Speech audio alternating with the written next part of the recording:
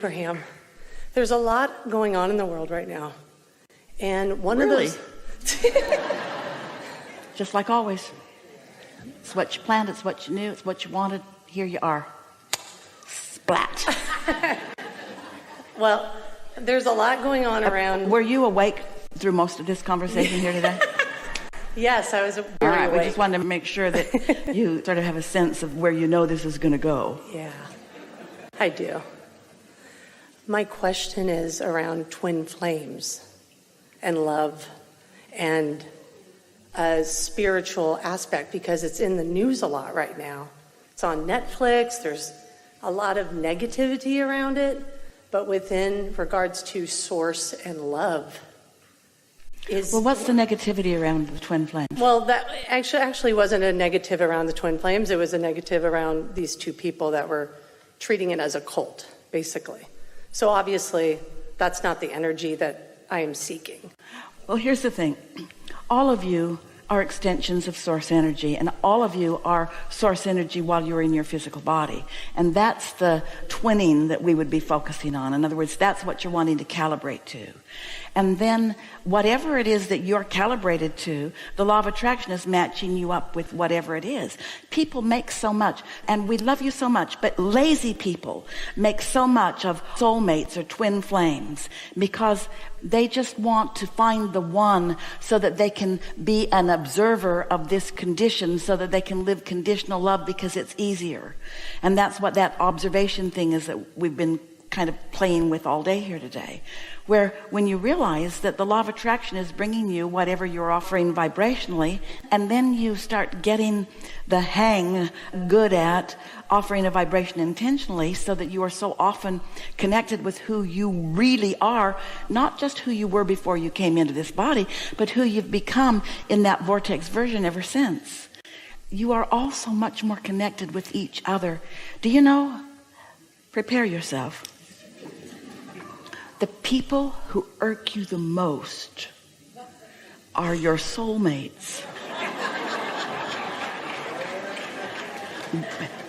But you forgot that what you said is, we'll go and we won't be identical because we don't want to promote conditional love. We want to promote love. We want to promote love. We want to promote allowance. We want to promote freedom. We don't want to promote, you have to be just this way or love won't come to you from me. You didn't come to promote, I'm going to pinch myself off from all of the resources of wonderfulness and love and goodness unless you behave. Not one of you said anything like that. Instead, you said, let's go and let's be different enough that we inspire more. And let's not nitpick. If you're different than what I choose, good on you.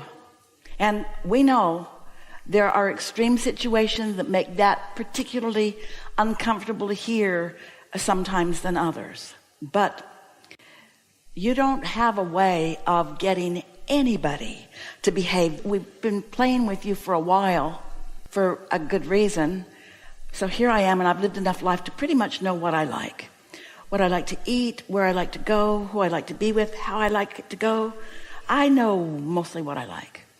So I'm making this big portable billboard, put it online, that's the most efficient way, or carry it around, a great big thing, and put your picture prominently on it with big words right at the top that nobody can miss that say, see me, this is who I am, and when you meet up with me, these are what I need from you. And then just make those lists. Well, that's really ridiculous, isn't it? That's ridiculous. But people really think they would like that. Therapists tell us to do that.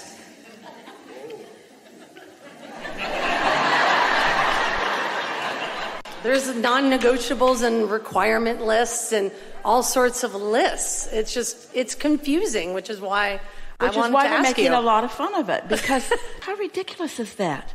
My happiness depends on you all reading my list and complying. Really? That defies the laws of the universe in every possible way. That doesn't let you be the freedom seekers that you came to be. That doesn't mean that you're 100% worthy. It only means that some of you are worthy. And you spend your lifetimes killing each other to try to sort out the ones that were worthy and the ones that weren't worthy. Remember the witch days? Esther does. When they drowned you. And if you didn't drown, you were a witch.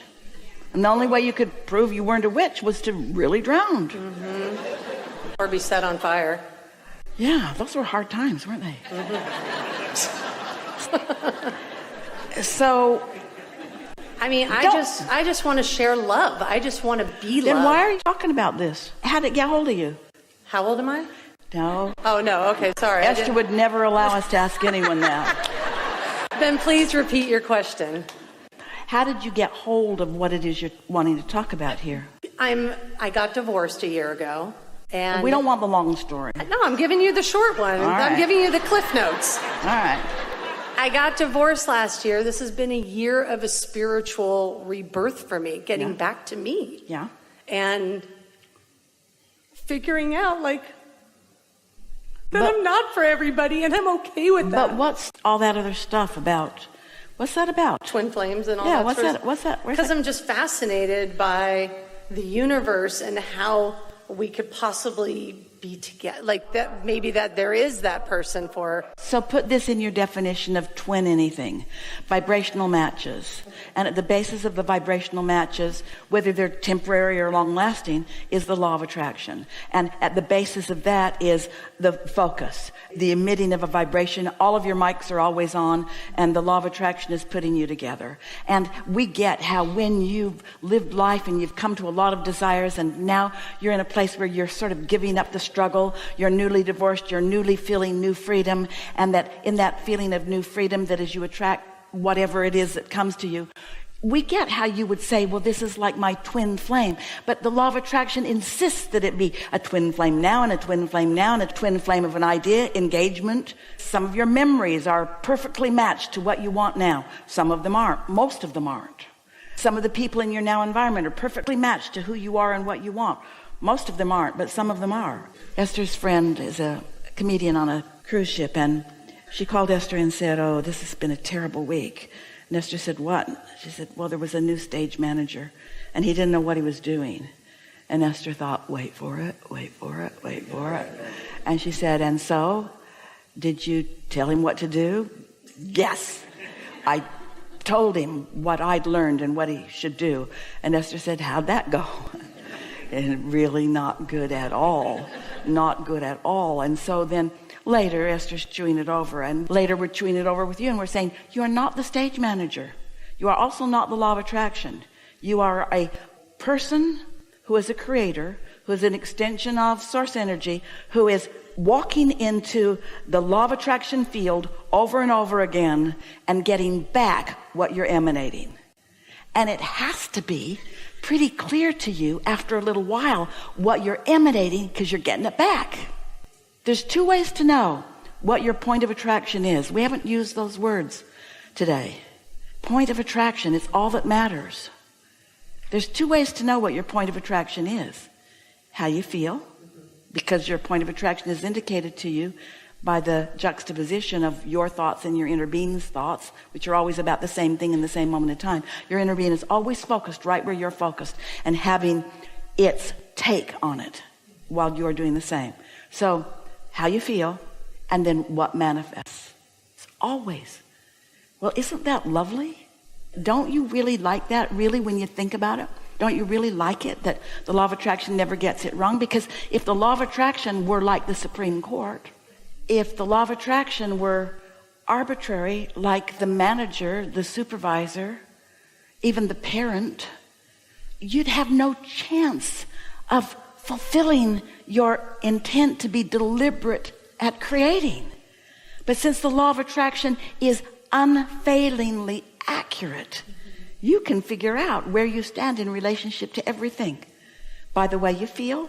And if you missed that, don't worry, it'll get more.